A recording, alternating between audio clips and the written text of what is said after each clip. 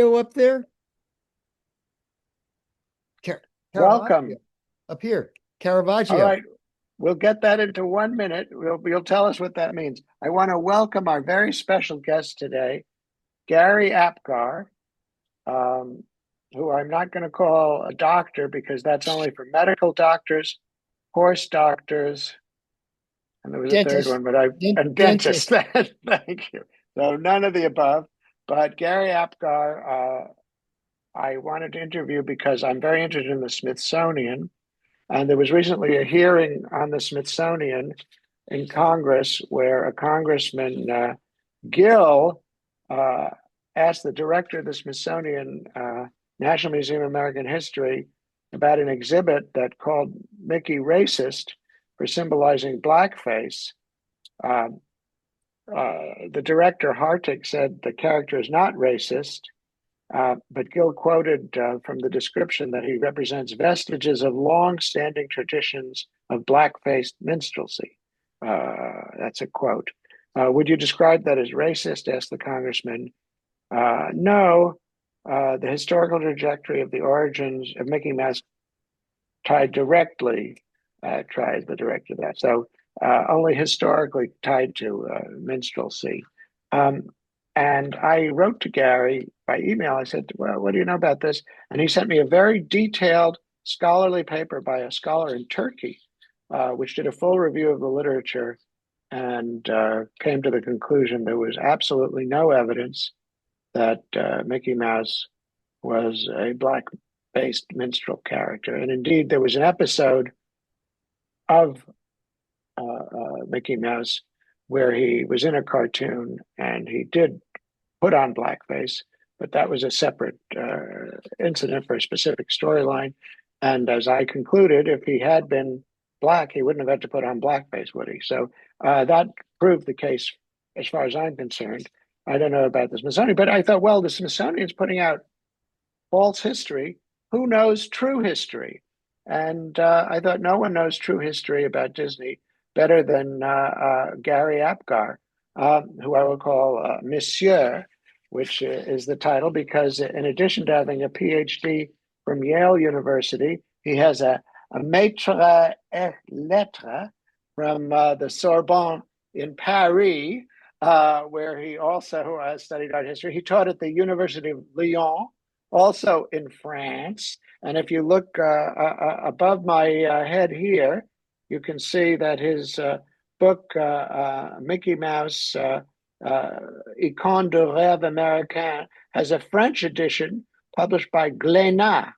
And so I think he meets the criteria for French intellectual accomplishment in many, many respects. In addition to which, he was president, I think, or vice president, or one of the founders, a big wig in the Voltaire Society of America, and has written a book of the quotable Voltaire with pithy quotes of Voltaire, and also proving various things, what he said and what he didn't say, and attributions that were mistaken, like um, although I do not agree with you, I will defend your right to the death to say it, which may he not, somebody else said, but he got credit for. So in any case, Garry Apgar is a civilized man. He's taught at Trinity, Princeton, Brown, the University of Delaware, author of many books, as you can see, Mickey Mouse, Emblem of the American Spirit, editor of the Mickey Mouse Reader, uh, editor and compiler of the quotable Voltaire, in addition to which, he is a cartoonist himself who published cartoons in a variety of publications and is a Vietnam veteran and a Marine. And I don't know what else. I don't know if you can levitate or walk on water or anything else. But I think when it comes to Disney, you may know more about Disney than Director Hartig of the Smithsonian. And I'm surprised nobody asked you what you thought.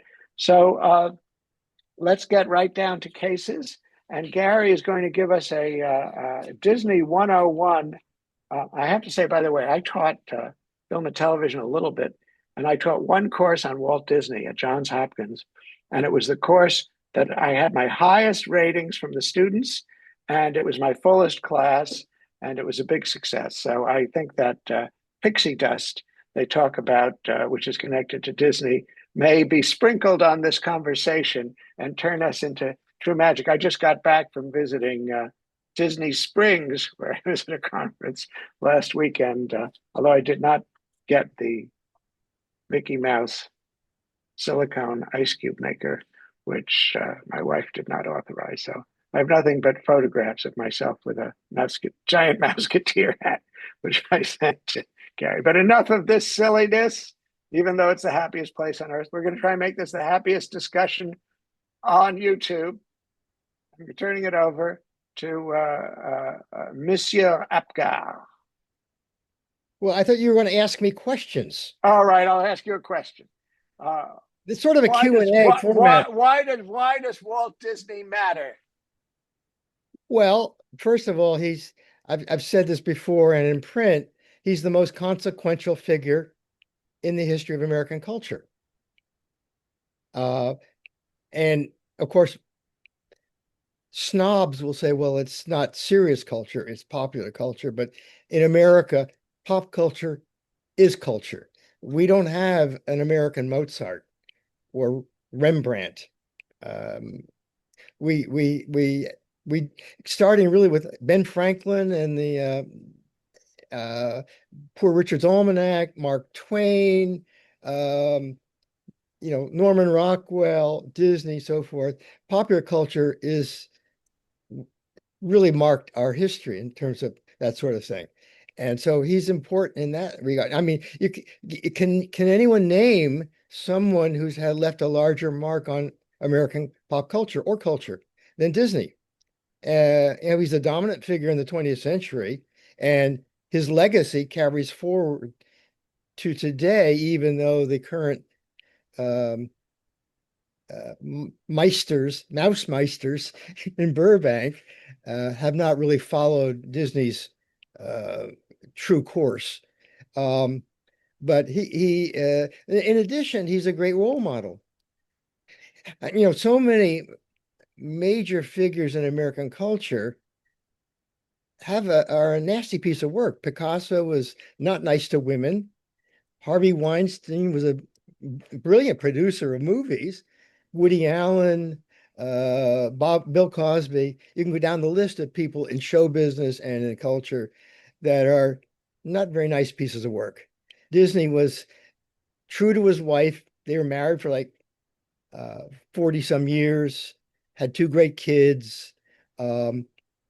It's very rare that someone of his caliber and degree of success is a virtuous person, which he was. So there's a couple of reasons. Okay, let me just read something that was in a actual exhibit at the Smithsonian. This was an actual description from the Smithsonian. I'm quoting them about mapping Disney. It was called the exhibit. It was about Disneyland, Disney World, etc. Quote, many park maps include a picture of Walt Disney. His values and ideas shaped the early Disney parks, and things that happened in Walt Disney's life shaped the way he saw the world. He went to school in the Midwest in the early 1900s. He was born a poor farm boy, but later became rich and successful. And he lived his life as a white man, period, end quote. Emphasis mine. What's your reaction to that? Did he have a choice to live his life any other way? Well, I suppose he could have. He could have self-identified in blackface. I mean, he could have self-identified as an Abyssinian or an Eskimo, maybe. Right, exactly. Well, this gets to the second question that we discussed. What was Walt Disney like as a man? Well, as I kind of said, he was a virtuous guy. He was a workaholic. As a boy, his father bought a newspaper route, which was the way things worked back then in Kansas City. And Walt had to get up early to deliver the morning papers, I think the Kansas City Star, and then the after school delivered the afternoon edition of the Kansas City paper. And there's one biographer, Neil Gabler, wrote a very valuable biography, but I don't think he quite identified with Disney. And he claimed that his father was abusing him. He hated his father. He resented his father and so forth. And that's not true. He loved doing it. And that's got his interest in newspapers because his first dream was to be a political cartoonist, which, if you think about it, is hard to imagine Walt Disney as a political cartoonist. In other words, sitting at a drawing board in an office in a newspaper, thinking up political ideas. It just doesn't compute with what he did. Um, so he wanted to be an artist, first of all. He liked to draw.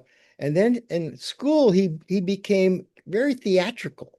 He would put on a kind of a top hat and a fake beard and recite the Gettysburg Address. He was very good at it. And he could imitate Charlie Chaplin. Like a lot of, I think Olivier did that as a boy. Bob Hope, it was a very common thing. I mean, Chaplin was the major first film idol. Uh, and so he had these interests, and he was a natural born storyteller. I mean, it's legendary when he was planning the first full length animation that was successful commercially, Snow White, uh, of pitching the idea to his staff by playing all the parts, the dwarfs, Snow White, the evil queen, acting out the thing, and it was extraordinary. And and he got totally into his stuff. Um, he was also loyal to his people. Um, there was an instance in which even to this day, sometimes they would rent space, office space to um, executives from other companies. But in this case, I think there was a new guy who was hired, and one of the workers was mowing the lawn outside his office. And if you've ever been to the Disney studio in Burbank, it's like a campus, like a college campus. There's only up to three levels, at least in the main buildings. And this guy was berating. He out opened his window and berated the poor worker. And when Walt found out about it, he chewed the guy out. He said, "You don't do that. That guy's been working for me for years." So he had kind of the common touch. He liked people who worked, and Walt liked to work with hands. He was a tinkerer. Um, uh, but among other things, he loved trains. That's one reason why there's a train going around Disneyland. The tr he famously said it all started with a mouse, Disneyland, but it really all started with the love of trains. He, because by the way, the way that it operates, it's ingenious because he built this berm going around the park um, to keep the outside world hidden. He didn't want you to see the outside world. He wanted his world to be your world.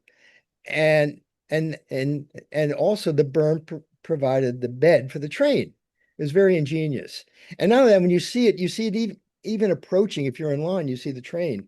So there's a sense of movement, of action, things going on, getting excited.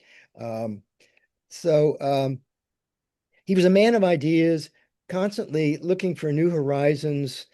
He only did a couple of sequels, unlike the Disney company today. They do nothing but sequels, prequels, cartoon versions into live action, back and forth.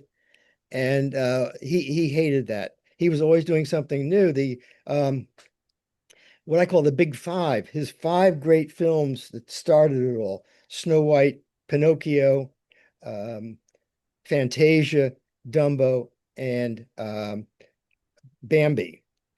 Were all very different, if you ever think about it, because he just wasn't he had a hit with Snow White, and a lot of theatrical distributors would have loved to have seen Snow White too. Huh. People asked him, "Can't you do a film just about the dwarfs?" And he said, "No, I did that. It's great." And so he's a man of principle, a man of his word, very admirable, in other words. All right. You touched on the big five. Um, what would you say Disney's main achievements were? Well, he he made animation become a major medium in the movies. Um, He uh, also created the destination theme park, right? Disneyland. Originally, when he had the idea, his wife said, "You're not going to do an amusement park. They're dirty, and kind of sketchy characters there, the Barkers and all that." And he said, "Well, my park won't be like that." And it's not just an amusement park. It really is a destination theme park with the realms, and of course, this is actually another part of Disney. He was lucky.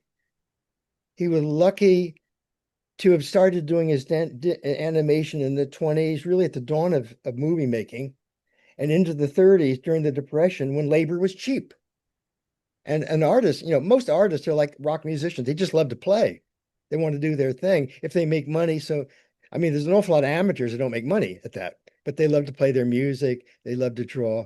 And they were grateful to be doing great stuff, at least in their minds, for Walt Disney during the Depression. Um, so he was lucky in that regard, but lucky when he decided to do Disneyland because the first interstate system was starting to go into work under Eisenhower. The freeways in California, were being built. So if he had done it, the car culture made Disneyland what it was initially, and then later it's a destination theme park for the world. Japanese couples come to get married in Disney World or something, right? Um, People could fly from anywhere in the world until they started putting up parks in Asia and Paris. But so those are a couple of the accomplishments. Okay, I actually, since you mentioned Paris, I want to talk a little bit about that because you lived in France. I believe you also were an editor for Paris Metro, the legendary American newspaper in Well, Paris. I was a freelancer. I wasn't an editor. Okay, a contributor. Yeah. Is that fair? But you were part of that thing. So the French thing, American in Paris. Why is Disney so popular in Paris? Well, I think the French are as Disney crazy as we are. And again, it's a good question. I'm not sure I have the answer. But for instance, starting in the early 30s, the French started basically children's daycare camps called Club Mickey, like Club Med, at resorts from the English Channel around the West Coast and then down along the Riviera, where the French couples could ditch the kids for a few hours and go have a nice long French lunch and a little wine and get a break. And um, and I in my book, the big Mickey Mouse book there, the Emblem of the American Spirit, I have the map from a French magazine about Mickey Mouse. And it's incredible. And I don't know why the French have a way of picking up on some American, like Jerry Lewis, for instance. It's kind of a running joke that he's a chevalier of the arts, and the French think he's crazy, and we all think Jerry Lewis is you know vulgar, vulgar. I mean, maybe funny, but he's not the last word, the dernier cri in wit and humor. So maybe it's a little bit of that, it's that sort of thing, and maybe it's a way for the French to uncross their legs. All right. It's interesting. I was thinking about that whole issue of Disney living his life as a white man in regard to Mickey, and we're going to come to that when it is accomplishment. But wasn't the case also that Mickey originally his name was going to be Mortimer, and before that he was going to be a cat, but there already was Crazy Cat, and we'll go into this a little bit because you're the Mickey Mouse man.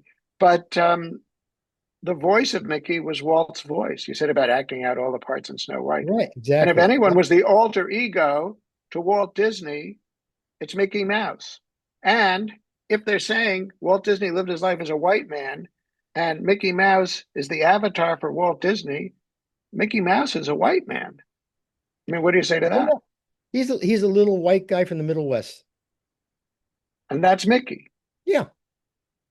And Okay. it was in a sense Walt, because as you said, he came from humble beginnings. So he was a little guy, when you go to Hollywood, you're swimming with sharks.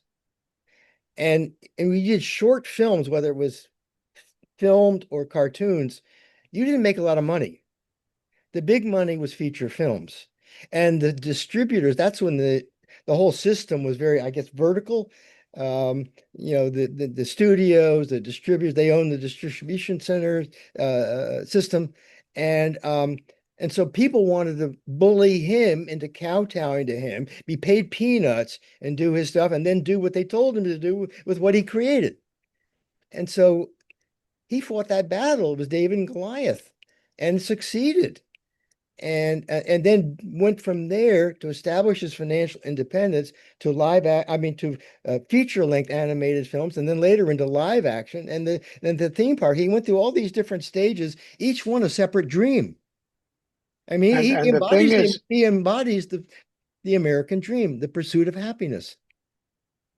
and that's what your book is called, Emblem of the American Spirit. So you're saying it's the pursuit of happiness, which is why it's the happiest place of earth, probably. So let's go, Or used to be. or maybe it's less happy now. Although Disney is now not a mouse but a giant, but it's Big Mouse or whatever you want to call it. Let's talk this. What were Disney's accomplishments, and were they one-offs, so to speak, or is there a pattern, stages in his career that leads organically from one thing to another? Well, of course, in life, everything does move organically in many ways, although there's always the unforeseen. You're in a car accident and you're blinded or something like that. That's not an organic change in your life. But as I said, he wanted to be a political cartoonist, but he always loved movies and loved Chaplin. That's why he imitated Chaplin. And then he wound up going to Hollywood because he would try to do a startup movie making business in Kansas City and couldn't make a go of it. So he went out there. His brother was out there and an uncle, so he could get a place to stay and get going. And he went through several different series, two others before he hit it big with Mickey Mouse. And from that, he went into the longer films in late 30s in animation. And so there is a definite linkage there. After the war, he got into live action. Song of the South is mainly live action with Uncle Remus. Uh, and there's another movie called So Dear to My Heart, which is not very well known. And it was his most personal film uh, ever. There's a lot of stuff in there. There's no point going into it because people would not have seen it. But after the war, the cost of animation by hand, the old-fashioned way, from like the golden age, was prohibitive. It was getting to be almost impossible. He originally wanted to do like two a year. And after the war, he did it close to one a year for a while in the late 40s and early 50s. But he had to segue into live action to make a go of it. It's cheaper to make a live action movie than animation. And so he did that and became, and this is a point I would make is people say, well, he was a cartoonist or he was an animator or a movie mogul or whatever, but he was also a great filmmaker. He was a master at making, quote unquote, the well-made film, the way a lot of the great masters like Billy Wilder or John Ford, they made well-made films. Hitchcock too. And in fact, I would count Disney alongside them and Orson Welles and later Stanley Kubrick as among the five greatest movie makers, filmmakers of the 20th century. And people don't. Or you could call them auteurs since you're a maître. Yeah, exactly. No, he was an auteur. That's what the movie I'm talking about is so dear to my heart. There are so many little touches in that come out of his life that only he or some of the staff would have really known. Oh, that's Walt. And he was because he always worked very closely. He wasn't a dominating fury like I guess David Selznick was very domineering. Um, but he was hands-on. He would review the rushes, he would review the story meetings and all that. And after a while, of course, by then the people working for him knew what Walt wanted. They knew who Walt was. And for instance, one of the motifs that recurs in Disney films is bluebirds. A bluebird is like the bluebird of happiness. It's an emblem of happiness. And you in Snow White, when she's lost in the woods, she wakes up and there's a little family of bluebirds. And they perk her up and she starts singing to them. But you have bluebirds in so many of the other films. And I don't, there was a lot of popular music in that time. And later, there'll be bluebirds over the White Cliffs of Dover. So there's so many of them. So they were either tapping into it.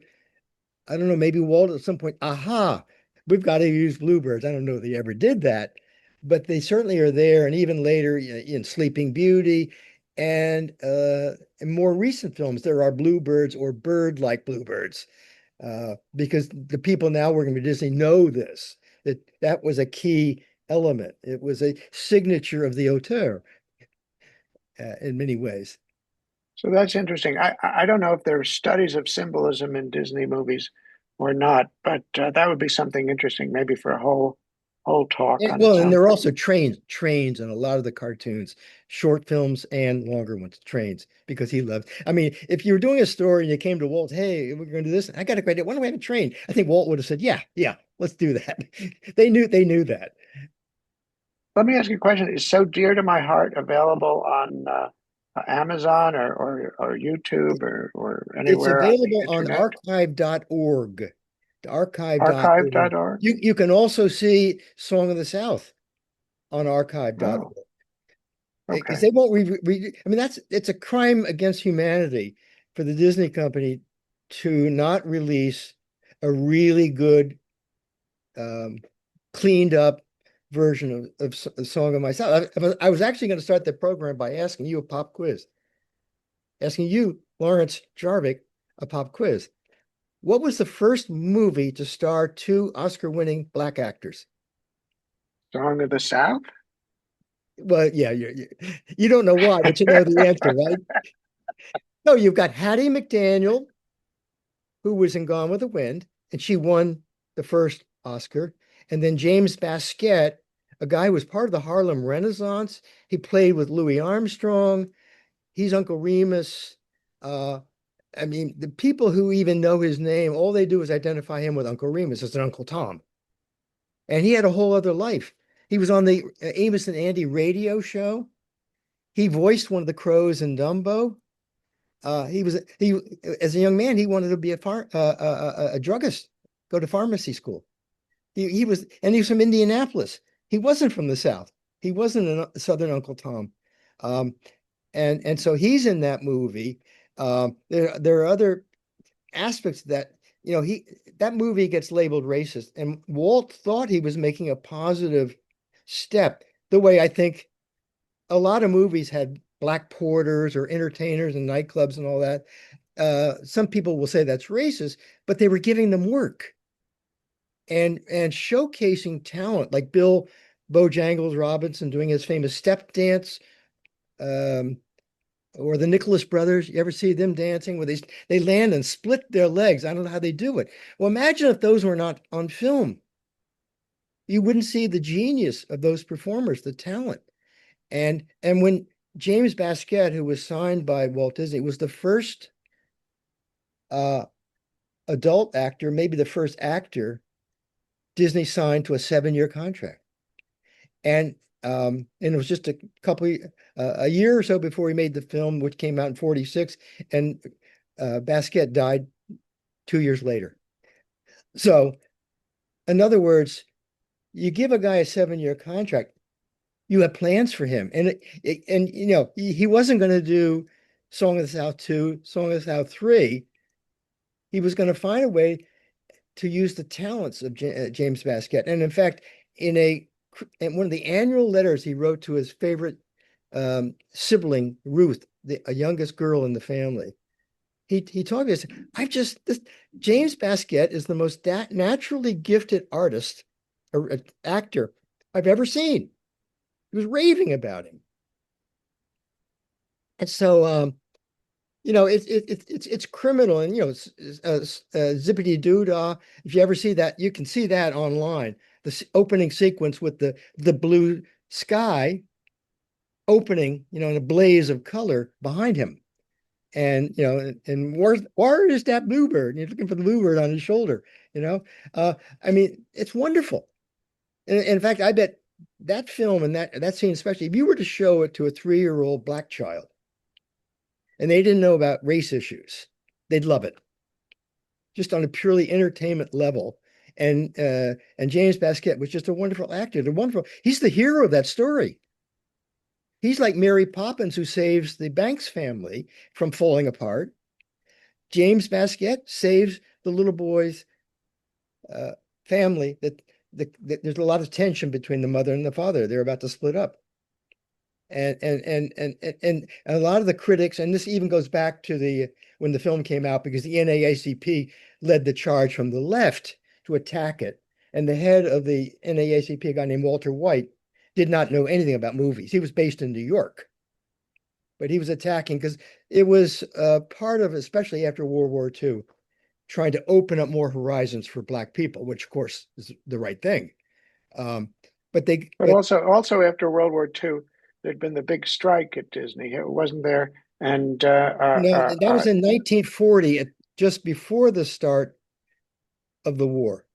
right. In other words, he'd had the strike, and the communist-dominated union. He had fought them, and he'd been previously a darling of liberals. But when he confronted communism, they turned on him, and he became an enemy. So Right, anything he did was bad. So they weren't going to let Disney give an alternative race relations model to what they were offering on the left. And you could see the same thing in recent times. Bill Cosby became an enemy because he wasn't left wing enough, and so he was advocating middle class mores. And so he had to be destroyed and discredited and jailed. But Disney was as I grew up in a liberal household, and Disney was considered, and this has to go with your question: is Disney racist, sexist, and anti-Semite? But what was worse about him was he was a Republican, well, he and wasn't you always. want to talk about that? He was not, and it's true, by the way, that this there was a bitter strike in the early 40s. And again, as I said, in the 30s, the guys working for him were grateful. They had a job during the Great Depression. And suddenly in 1940, and there were one or two rabble rousers from within the one of the animators within the company, but there was a lot of outside agitation from leftists, communists, whatever you want to call them. And I think that's true. That's a hard point to make because a lot of like academics don't want to just won't even entertain the prospect of that being true. Um, but there was that and the attack by the NAACP and others on Song of the South in 46, because Walt was an easy target. He was a straw man, the perfect straw man. It'll get news. You look at magazine newspapers, especially in the old days. If you see, they love to put Mickey Mouse or Disney in a headline because they know it'll get eyeballs. And so they would get attention for their cause. And I've done research into other newspapers because now more and more Black newspapers are available on newspapers.com and other sites. And it wasn't uniform. It's like, people talk about the Black community, the African American community. Well, is Clarence Thomas a member of the same community as, you name it? I mean, they're as diverse politically as anybody. And so scholars don't pay enough attention to that. And there's some often very acute and interesting commentary by Black columnists and opinion writers in favor. And some of them recognized the talent of Baskett a little bit, but not enough. If you look into, there's quite a few books on Blacks in movies. A lot of them by Black scholars, but also by white scholars. And many of them, if you look in the index, you won't see Basquiat's name. They don't even mention a guy who got an Oscar because that kind of opens the door to maybe having to admit that maybe it wasn't a racist film, you know. But It's, that Disney, he got his Oscar with Disney, and Disney is a non-person. well, there's more to that story. The Well, actually, um do you want to? Let's backtrack a little because you said something interesting. Before the war, the left and liberals liked Disney, and in fact, didn't the famous Russian director Eisenstein say very favorable things about Disney? yeah. And he later turned on Disney for the what you just talked about. Well, I was going to say that Walt's father, Elias Disney, was a hardcore socialist. Um, Voted for Eugene V. Debs. I don't know, probably every time the guy ran for president, like 5 times, right? Um, and Walt actually learned to draw, and he copied cartoons in a weekly newspaper that was a socialist paper. So he got a part of his visual education, probably following politics. And he liked newspapers. And um, so I think, well, I know he voted for FDR in 32 and 36. So he was probably maybe more of a what we would call traditional liberal today, not a hardcore socialist, because he was in business, you know. But and his brother Roy Disney was a very much a Republican early on. But in 1940, he actually gave a brief, like 2 minute or 1 minute speech on behalf of Wendell Willkie in a rally at the Los Angeles Coliseum. And thereafter, he voted Republican. And he became friends with Eisenhower. They both had homes in Palm Springs, and he became kind of an icon of the left.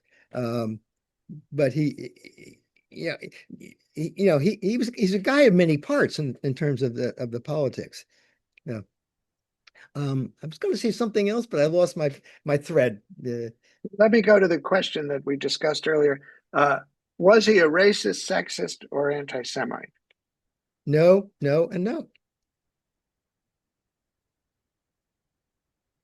And your evidence, Maître? Evidence, schmevidence. Who needs evidence, right, Larry? Okay. Okay. There's a guy named Floyd Norman who's still alive, was the most talented black animator ever for Disney. Um, there was like one or two who were there for a cup of coffee, as they say in the major leagues. A player would come up for a cup of coffee and then sent back to the minor leagues.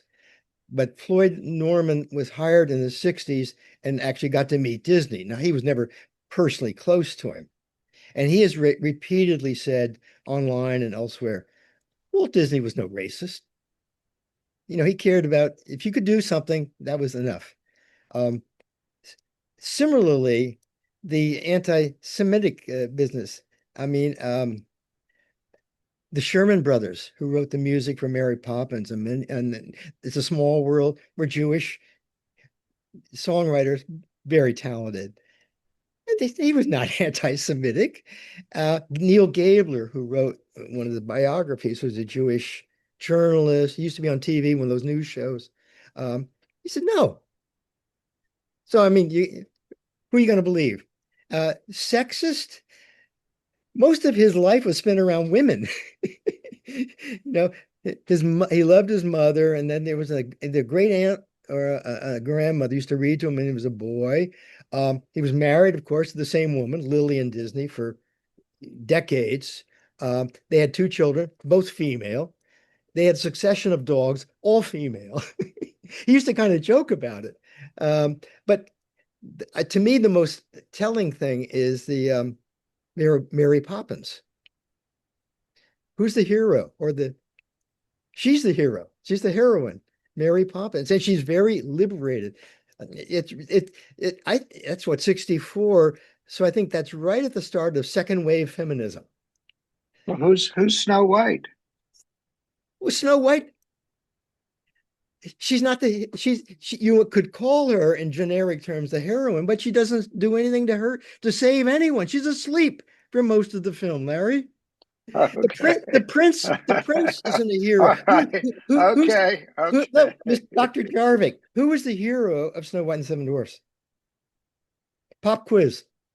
I thought it was Snow White, but maybe It's it's the Seven Dwarfs, you it, know. maybe, no doubt about it, it's the Seven Dwarfs. It's not the prince, and she does nothing. She's like the damsel tied to the railroad tracks in the old silent movies, you know. But Mary Poppins is an active protagonist who saves the day, very talented, very independent. She's got the relationship with Bert, the chimney sweep, but it goes no further than sweeping the streets, which from the chalk pictures and stuff like that. You know, there's no intimation. She needs men other than sort of on a friendly basis, as a kind of transactional.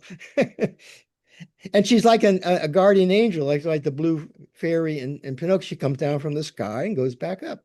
You know, like the Greek goddesses or whatever, flying all over the place. And that Well, was him. Tinkerbell's female. Yeah, and she was a little vixen, scantily clad, Okay. right? All right. Well, you Let's correct me if go. I'm wrong. You Let's correct me if go to I'm wrong, Dr. Jarvik. you French intellectuals. You're always thinking about sex, even in Disney. I tell you. All right. No, Uh, we're always thinking about where to get the next good meal. all right.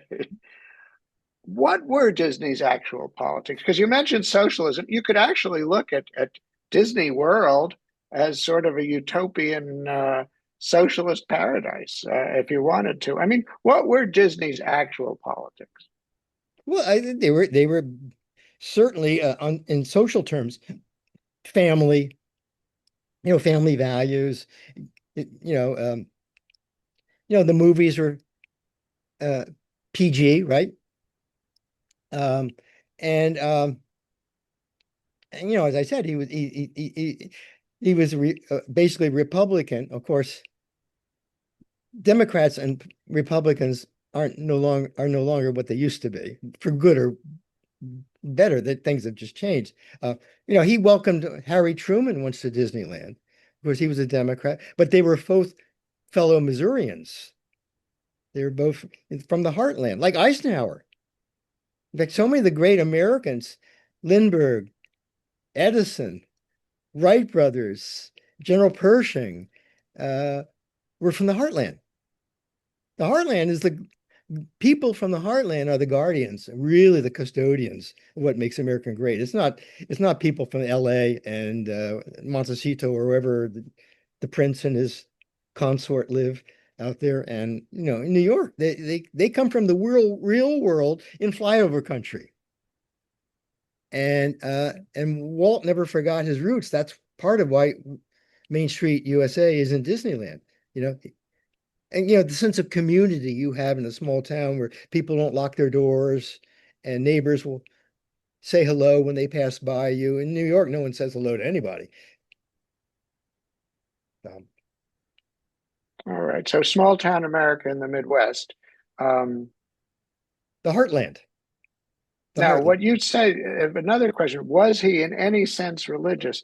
That's a good question because a lot of people, the stereotype is Walt Disney, racist, sexist, anti Semitic, homophobic, Main Street Republican, closed minded, and patriotic, and therefore religious. But you say, actually, hold on, maybe not. Hold on, maybe not what? I'm not sure Maybe not that religious. well, he was baptized in the Congregationalist faith.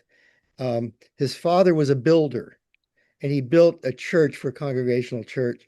And the pastor and Walt's father, Elias Disney, were both expecting children at the same time.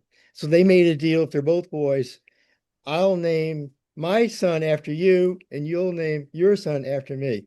So Walter was the name of the Congregationalist minister.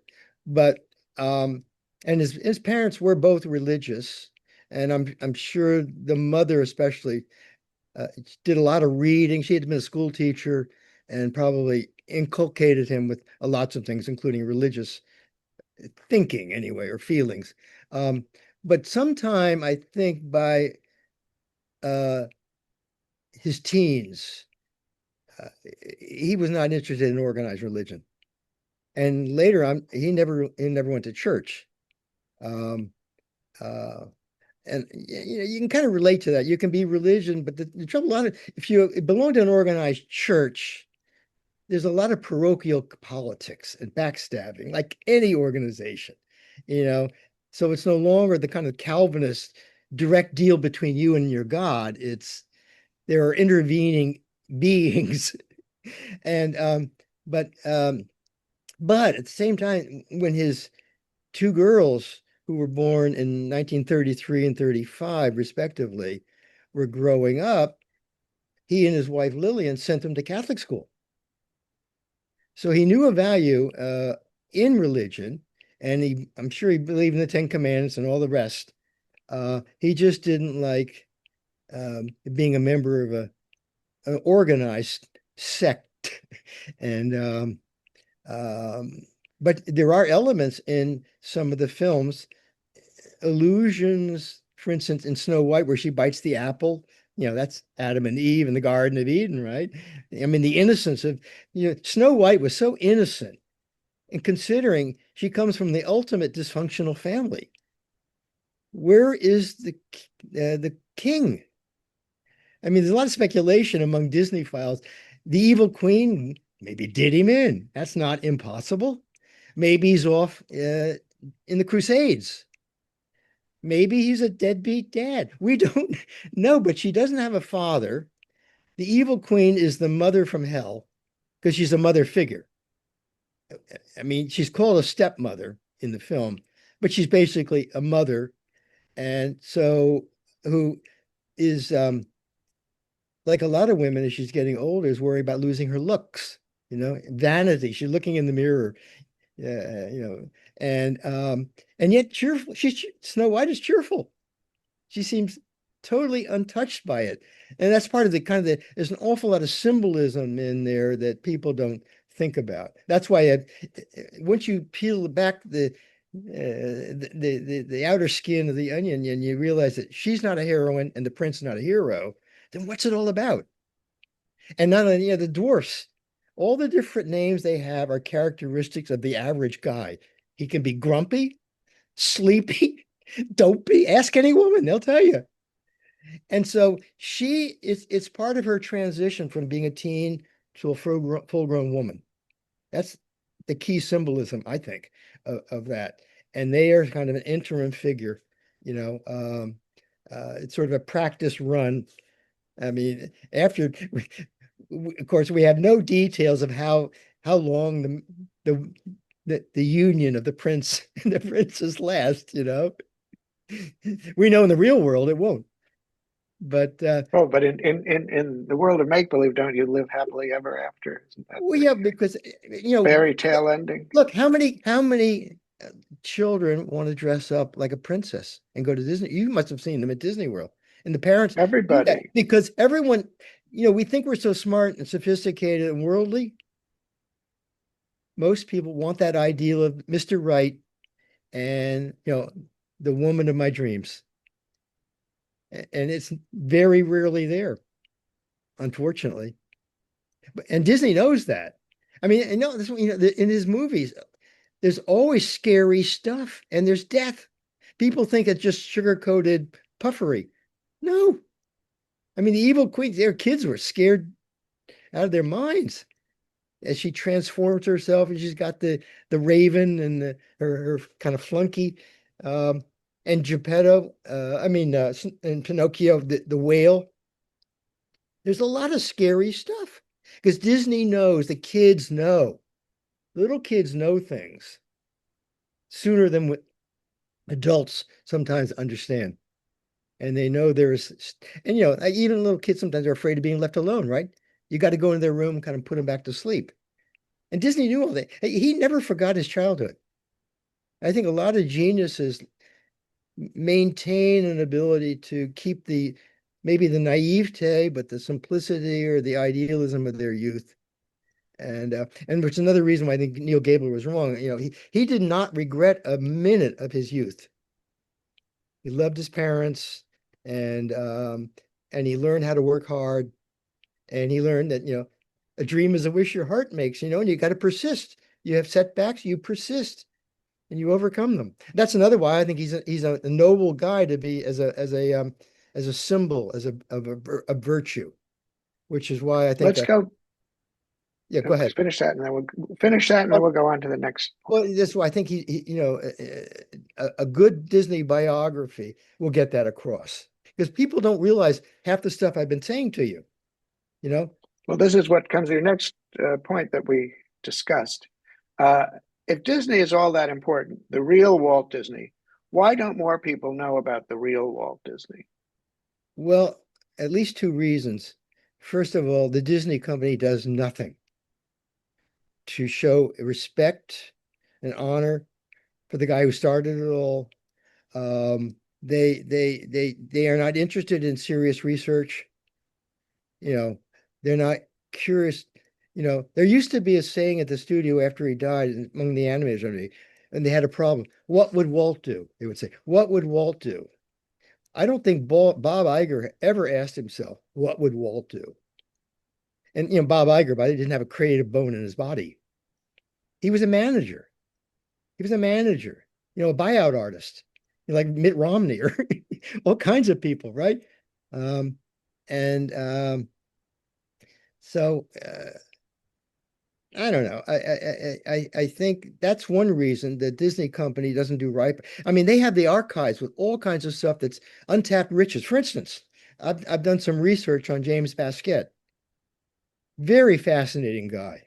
And by the way, let me tell you, remind me how to get back on track here. But um, that film came out in 46. He was hired, he got his contract maybe a year or two earlier, 7-year contract. And then he discovered he was dying. And he died in 1948. Um, he should have been nominated for Best Actor, for leading actor for Uncle Zima. He's a star figure in that movie. So anyway, when Walt found that out, and again, he was never nominated for an Oscar. Walt said, "We've got to." I'm not sure it was he or maybe Hedda Hopper, the conservative movie columnist, said, "We've got to get him an honorary Oscar." And so they fought. They both fought. Hedda Hopper wrote quite a bit on this, and they lobbied the Academy, and Betty Davis supported them, and there were probably others, including Gene Herschel. There's a Gene Herschel humanitarian award. I think he was Jewish too. I could be wrong. Um, a little bit of an intellectual, I think. Anyway, they had a meeting of the board, however it was done in those days. I don't know that they did the kind of voting that they do now. And the board refused to give the vote to give Basquiat the honor. Well, in those days, you didn't have Bob Hope or Billy Crystal presenting. Gene Herschel was going to be the host. And so he said, if you don't give him the Oscar, I'm going to go out on the stage and tell the world what you didn't do. So they finally relented. And then and if you see, there's video of it on screen. Ingrid Bergman presented the Oscar to Basquiat. And you look at he's very gaunt. He's clearly dying. And and after he died, his widow wrote letters to Hedda Hopper and to Disney, thanking them from the bottom of her heart for what he did. And in one of the letters, she said, after he got the Oscar, it was placed on the mantle facing his bed as he's dying. So it would be the last thing he would see before falling asleep, and the first thing he would see when he woke up. And when they traveled, they had a velvet bag and took it with them. I mean, it was just, it's very affecting. You read this stuff. I mean, Disney was no racist. This is absurd. And So anyway, now where was the thread that I left off? You were But just before you go back to the thread, just in general, why more people don't know the real Disney story. I want to say the little story you told to me seems like it would make a very good Hollywood melodrama right I had the there. I mean, I'm title. surprised I had the nobody's title. done it. I had the title for the movie, Saving Mr. Basket. Well, all right. But no, I mean, it is an affecting story, and I think it puts to rest a lot of these accusations. Um, so you're actually saying the reason more people don't know the real Oh, Disney yeah, is the Disney company is the other not thing preserving his memory properly. that the other reason, and there may be more, but is especially academics. And they do a lot of publishing on Disney, but it's all about gender, Disney princesses. And there are a lot of college professors who teach Disney courses for spring break, which they they take in Orlando or whatever. So in other words, the professor gets an easy, free vacation. They don't even need great inflation. Everyone who pays to go on the trip is going to get an A, and It's too bad I didn't know about those. All right. no, but there's an awful lot of that. But the ones who do quote unquote research and write monographs, they're writing for each other. It's a circular thing. And it's all about race and gender and all that kind of stuff. There's a lot of gay literature on it. I don't know that they bring Mickey into that or not. He has enough troubles already. Yeah, I don't Uh, even want to think about it. no, I mean, but already, what would Walt do? I don't think Walt would do some of the things the Disney company have done with the Disney parks and brand. strike the word some. He wouldn't do any of it. Now, another thing is after he died, uh, a few years after he died, his son-in-law, Ron Miller, who was married to Diane Disney Miller, ran the company. And then there was a lot of infighting from Roy Disney, Walt Disney's brother's son, another Roy Disney. Uh, and they eventually got Ron Miller out, and eventually Michael Eisner came in. And Eisner, as bad as Eisner was, he was better than Iger. And there was a period, like, for instance, Steven Spielberg, for instance, might have made a good head of the studio because he's a creative guy, instead of managers, because they money people, because the stock, that's how they got Miller thrown out, and they made these changes because it was the stockholders, including, the Warren Buffett types, that kind of thing. I think there was some Texas, forget who they were. And there was a guy named Vic Gold who was advising Roy Disney, the nephew. And so there's just a lot of crap going on, And I met with Walt's daughter Diane, and I actually worked with her for a while. And I met with her once with a guy who was another art historian who works at the Getty Museum now, but he worked in the San Francisco Art Museum. And he turned to me and said later, if she'd been born a boy, she would have taken over the company and run it right. And based on what I knew of my experience with her, it's true. It's just there's a lot of chance in life, a lot of what ifs. And if she had been uh, able to run the company, it would have been different. Because they owned a lot of stock too. But All right. Well, let's keep going down the list. There are almost always what ifs associated with historical events: I the just named American one. Revolution, the Yeah. Civil War, and the lives of great men. Are there any what ifs associated with Walt Disney? And this one about Diane Disney, what if she'd been born a man? Although it raises the sexism issue because some companies are headed by women. But what ifs associated with Walt Disney? Well, building on something I mentioned earlier, if Disney was born in 1901, so when he got started in California in 1923, he was a very young man. But the movie industry was still in its infancy. And, cartoons in black and white, Crazy Cat and a few others were still very crude. And he had already been doing films. He loved photography, he loved making movies, home movies. So he came along at just the right time. And then in the late 20s, sound comes in, so he's ready. And that's how Mickey Mouse made it. He invented a system for synchronized sound pictures where the music and sound effects and funny noises would be uh, mated with the action on screen. And he pioneered that. In fact, that's a term, Mickey Mousing, that Hollywood used. And what's the guy who did the James Bond music scoring? Uh, I forget I forgot. British guy. You're His name slips my mind. Anyway, he did a lot of the very dramatic stuff like in Goldfinger, and he said, I call what I did $1 million Mickey Mousing because he was matching the drama or the humor sometimes in a James Bond movie with music. Of course, he was a great composer. I forget the guy's name. Darn it. But no, he came along the right, and if he had been born in 1923, he would have, if he had even gone to Hollywood, you were already past the golden age of Hollywood.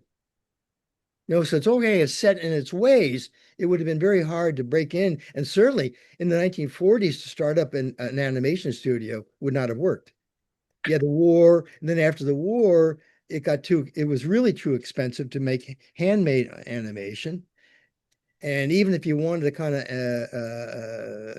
make it mechanical somehow, you'd first have had been able to done the original handmade animation to make the next step. You have to know how it worked before like today, you got CGI and computers that can do it. You know, and of course, they all lack the magic of the individual artist. I mean, you can try to copy Goya or Picasso, but you can't copy their genius and their all talent. right, but I got you there. Earlier we talked in it before we went live. What is the meaning of the Caravaggio over your shoulder? Uh, well, he's holding grapes. The boy who modeled, I think, was a dissolute individual, and I no, I was in Florence, Italy at the time, and I saw this on a wall, and it's part of a campaign against drugs and alcohol abuse, and I think tobacco. And so I went, they had their address on it on the poster. So I went there and I wanted to buy a copy and they just gave me one. So I just like it, but uh Oh, it it has no Disney connection. You weren't comparing no, no, Disney no, to no. I Caravaggio. have Oh, more than one okay. string to my bow. Okay, but you might say a lot of people look down on Disney as sort of mask cult or whatever. But didn't he work with a lot of famous artists and musicians, including Salvador Dali and stuff Right. like that? Well, for Fantasia, right? So uh no, and yeah, and in fact there was a guy named Deems Taylor who narrated it, was the host of Fantasia. He was he was a composer. He was on the cover of Time magazine. Um, again, yeah, in 1938, within a few 2 weeks time, he got 3 honorary degrees from USC, Yale, and Harvard. 1938. Thomas Mann was in the same group at Yale and I think Harvard too in 1938. So he was an august company. Um, and again, the 30s, 20s and 30s, there was this wonderful movement. Again, I talk about popular culture. In American, popular culture is culture. And there was an awful lot of people who agreed with that, who said, they'd much rather see a Mickey Mouse cartoon than go to the opera, something like that. And Disney was working with people who felt that way. Uh, so One other thing you don't talk about, which others have talked a little bit about, but was during the war, Disney making films for the Office of War Information and the military. Um, One of the films I showed my students was called Victory Through Air Power, which was mhm. based on a book by a Russian strategist, a white Russian strategist who, of course, now I can't remember the name, but he appears narrating Dostoevsky, Alexander Seversky. Thank you. Seversky. Alexander Seversky. He actually narrates it with a thick Russian accent. It could be why they didn't show it during the Cold War, even though he was a white Russian, but Red Russia was our ally then, and Seversky's Russian nationalism, I'm sure, played a role. But the point is that movie was made for one man to see, Franklin Delano Roosevelt, and it was to convince him to build the B-29 bomber, which eventually dropped the atom bomb on Japan. Do you want to talk a little bit about Disney's more serious political strategic element during World War II and also during the Cold War? Disney TV show had a lot of history shows that I've watched them since. Oh, That course, Werner, he had they have Werner von Braun about satellites and rockets and going to the moon and all that. Yeah. Well, first of all, the military. Another thing people don't know is that Walt wanted to just join the war in World War One, and he tried. He was young. He was born in 1901, so in what 1917, I think we were starting to. So he would have been 15 or at most 16. I think he had to be at least 17, maybe 18. And so he tried to get into the Army and the Navy, even tried lying about his age and couldn't get away with it. And he finally got into the Red Cross as an ambulance driver, which a lot of remember Hemingway and they were different services. Some of them were associated more directly with the Army than others. I think there were others. I think E. Cummings drove an ambulance World War One, and he got in because he got his passport, and his parents turned a blind eye, and he changed the 1900 handwritten on the passport, or not, the 1901. He changed the one into a zero, so he gave him an extra year, and he got in, and he went into training. Part of which was in Greenwich, Connecticut, of all places, in a resort hotel. And Ray Kroc of McDonald's was in that class. And and Disney, not Kroc, but Disney was part of the troop of people who went overseas. And luckily for him, the armistice had been signed, but there were still troops and things to do, and they needed donut dollies to feed the guys and all that. So he had a great experience there, and actually, his boss was a woman named Alice Howell from Nebraska.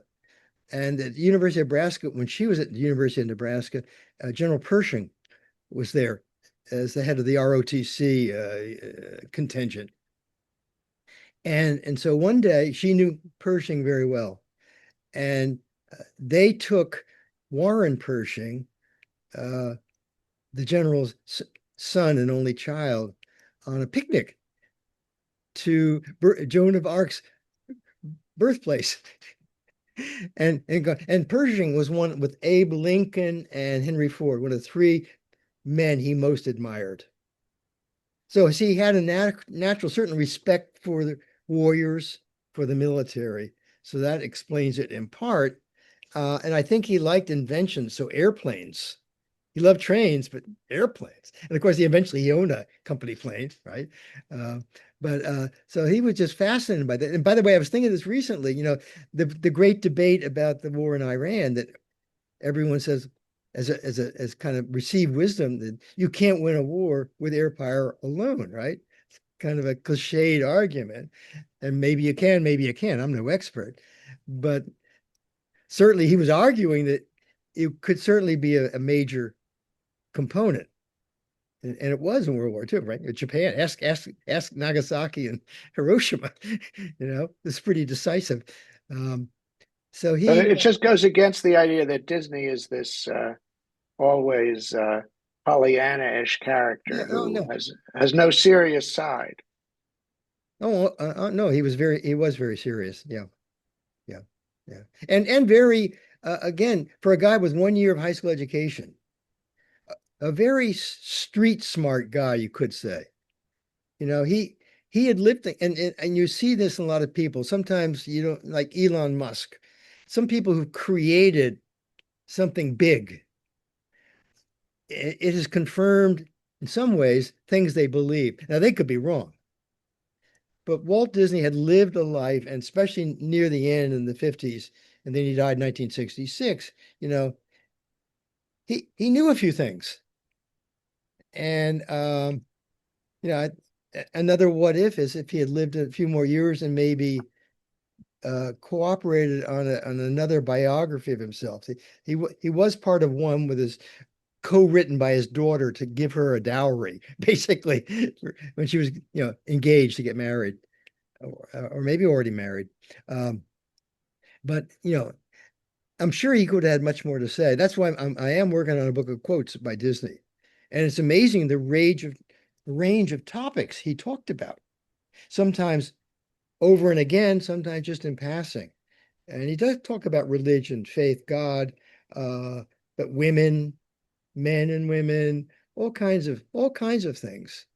And and I think it also comes out of being a storyteller.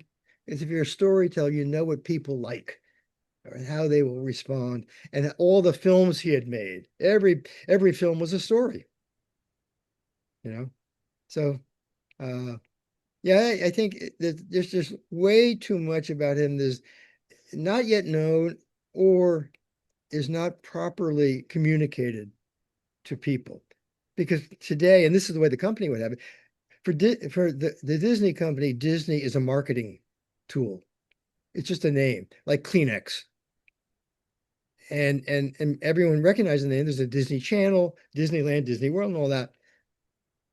But they kind of take it for granted. And it's like a lot of people can assume poets just toss off a poem or artists just toss off a painting. Well, there's work behind it. Almost always a lot of blood, sweat, and tears. And and when you run a business involving art, which movie making is, there's a lot at risk. You throw the dice many times. I mean, that's the other thing about Disney. He threw the dice 3 times where he could have gone belly up and wound up driving a garbage truck.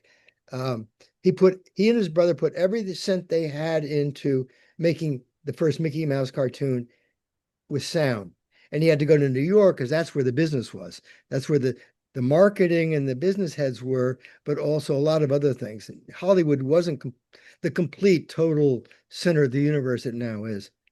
And so he went there with a guy who had a kind of a pirated version of a sound system, and they were trying to and they had to hire and he was told he had to hire a very expensive orchestra which he had to pay for, not the producer or the distributor. And of course it had never done before, so the orchestra couldn't get a handle on how to coordinate, how to synchronize their music or sound effects with the film. And he and his buddy Ub Iwerks, who helped create Mickey Mouse, worked out a system to make that happen. But if that hadn't worked and been a big hit from the get-go at the Colony Theater on Broadway in 1928, he would have been out of business. And then when Snow White, same thing. It was called, before it came out, all the talking heads in Hollywood called it Disney's Folly. And even his wife was scared blank because no one had ever done, no one thought you could sit through a 7-minute cartoon, but who's going to sit there for an hour or so watching cartoons? Of course, he made a quantum leap in the figures and the storyline in Snow White from certainly from the early Mickeys. It's not just day and night. It's like a century apart. Um, and at the end, like Clark Gable was supposedly crying in the audience and so forth. It was just phenomenal. No one thought he could do it, but he did, and he made it happen. But if he had lost that, he hawked his house, he hawked his life insurance. So that was the big dice throwing second incident. And then the other was Disneyland. Now, Disneyland was mainly his. It wasn't a studio venture. Eventually, the company bought it back from him. But and he probably would have been okay then. He already owned his house and everything. But he didn't have to do Disneyland. His brother didn't want to do it. Again, I said earlier, his wife thought he was crazy. Said, amusement parks are dirty. But you know, he did it for the challenge. And I think there's a little bit of that in Elon Musk, whether it's the rockets or whether it's those hideous cars he makes, the cyber trucks, they look hideous. He has no design sense whatsoever. Maybe the inner workings are good, but anyway, does that answer your question to some extent? To some extent. I actually think the Model S was kind of nice looking, but I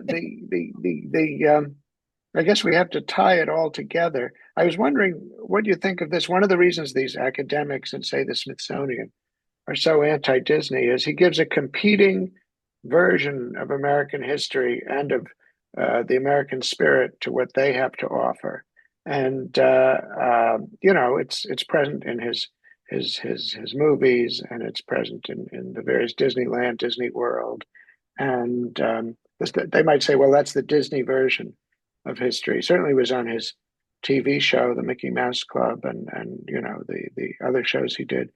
Um, but what would you say Disney's vision of America was? Huh.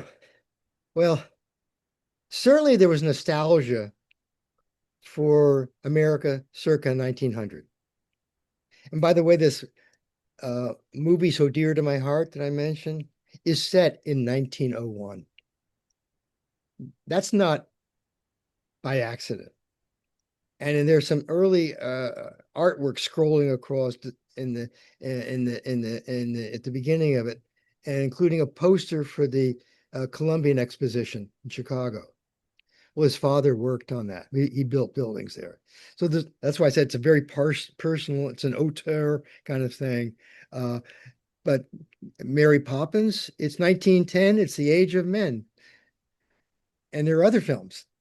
For him, that was a golden age. Now, I think we all kind of look back on our youth and, if you grew up in the 60s, if you grew up in the 50s, that was a wonderful time.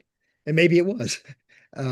But he's, and I think beyond that, principles were straightforward and clear, especially now, men were men, women were women. There were, but honesty, hard work. Um, and, another one of what is if he had lived to be 80 rather than dying at age 65.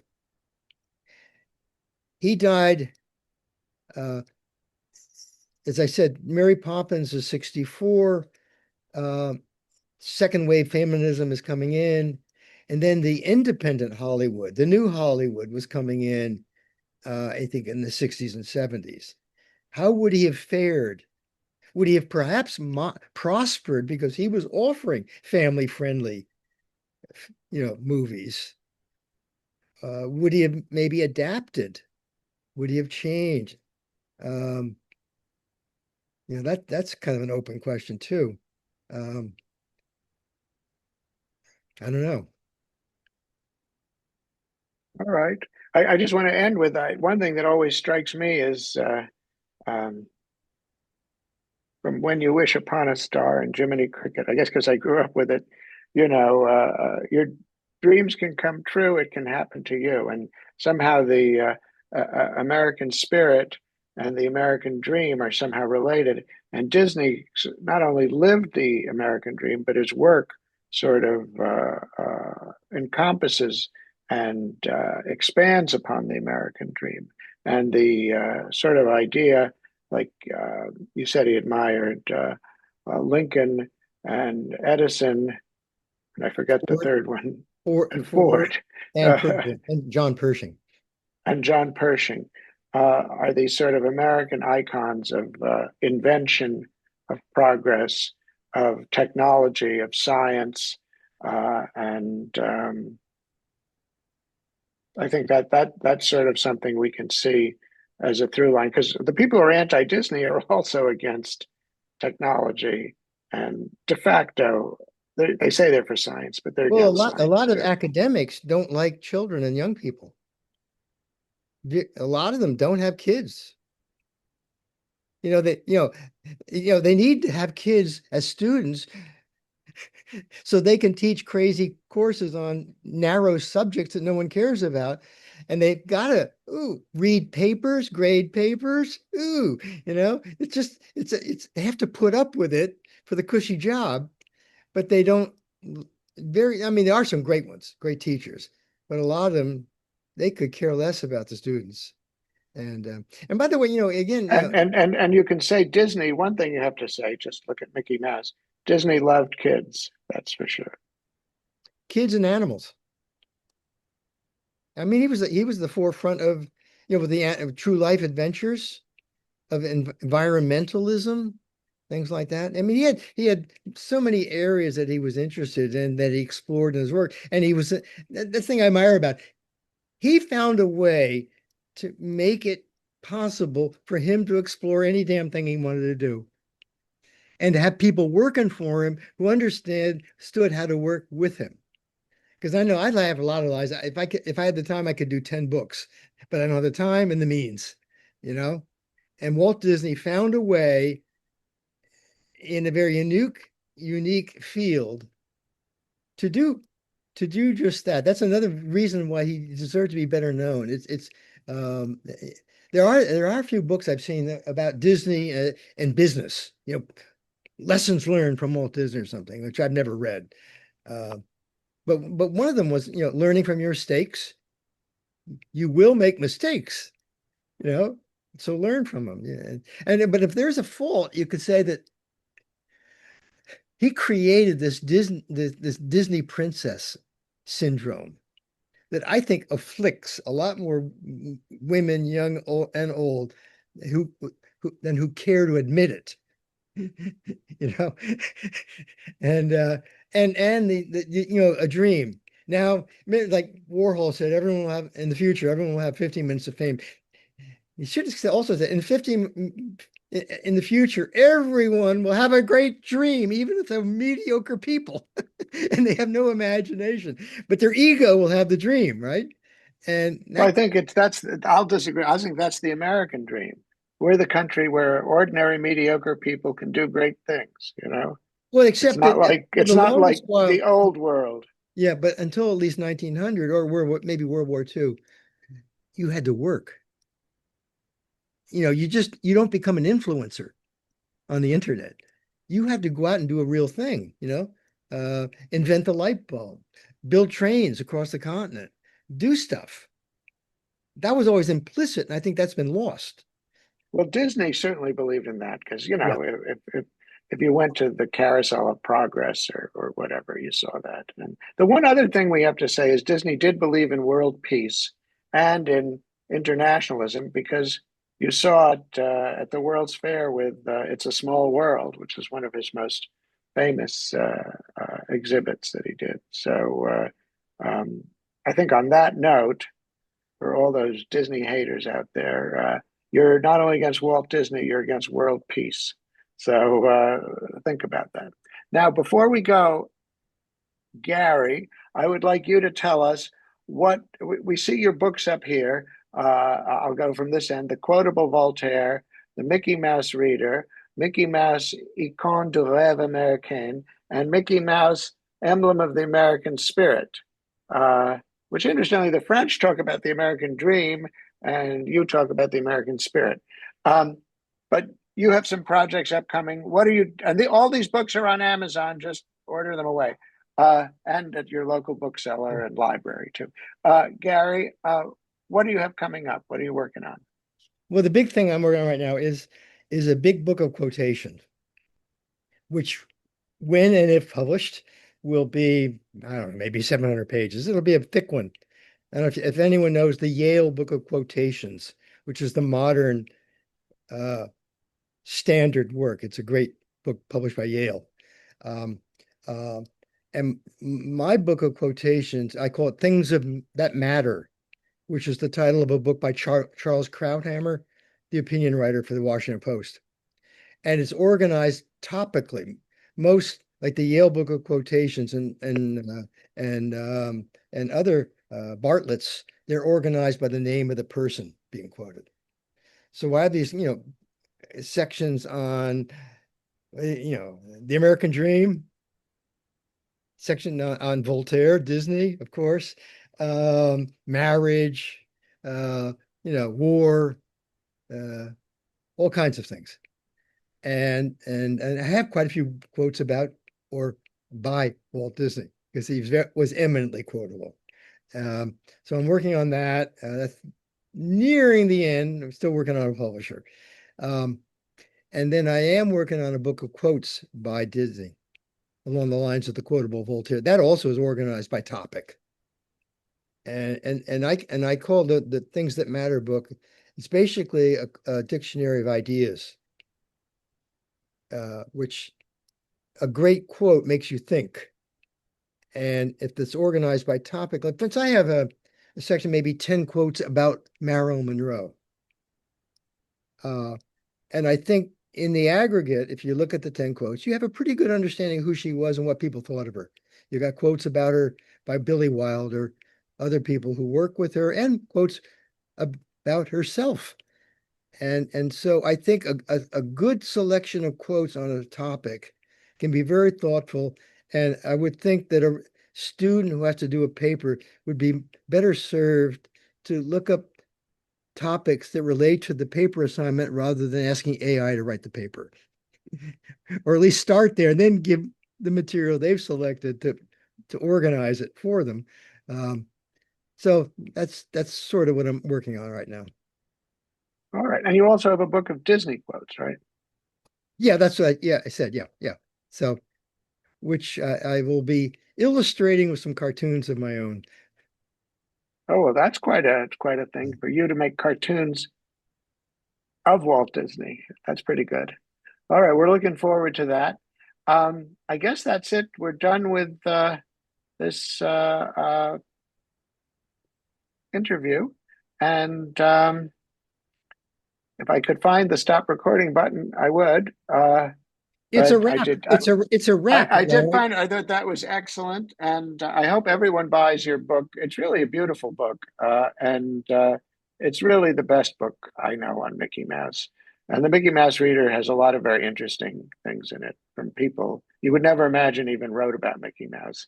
And the quotable Voltaire, that's for your Francophile readers and your philosophers and your people who want to astound your friends and annoy your enemies with arcane French knowledge about the father of the Enlightenment. Um, and I hope maybe we'll have you back sometime when one of your next books comes out, and we'll talk about that. So Great. thank you very much, and we'll stop the interview now. Thank you.